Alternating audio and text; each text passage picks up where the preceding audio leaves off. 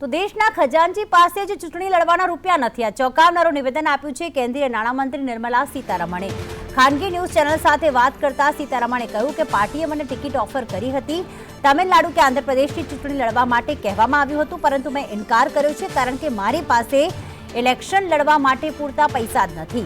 જ્યારે દેશના નાણામંત્રી પાસે જ રૂપિયા નથી તેવો સવાલ કરતા તેમણે પ્રત્યુત્તરમાં કહ્યું કે દેશનું નાણાકીય ભંડોળ મારી માલિકીનું નથી, મારું વેતન, મારી આવક અને બચત પોતાની છે। જો કે તેમણે એ પણ સ્પષ્ટ કર્યું કે તેઓ લોકસભાની ચૂંટણી પ્રચારમાં ભાજપ ઉમેદવારનો સાથ આપશે અને તેમના માટે પ્રચાર પણ કરશે।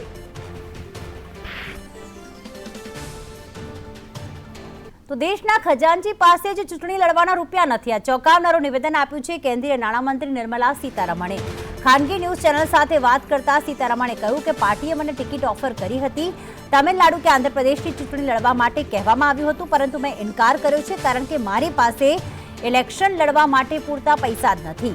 જ્યારે દેશના નાણામંત્રી પાસે જ રૂપિયા નથી તેવો સવાલ કરતા તેમણે પ્રત્યુત્તરમાં કહ્યું કે દેશનું નાણાકીય ભંડોળ મારી માલિકીનું નથી, મારું વેતન, મારી આવક અને બચત પોતાની છે। જો કે તેમણે એ પણ સ્પષ્ટ કર્યું કે તેઓ લોકસભાની ચૂંટણી પ્રચારમાં ભાજપ ઉમેદવારનો સાથ આપશે અને તેમના માટે પ્રચાર પણ કરશે।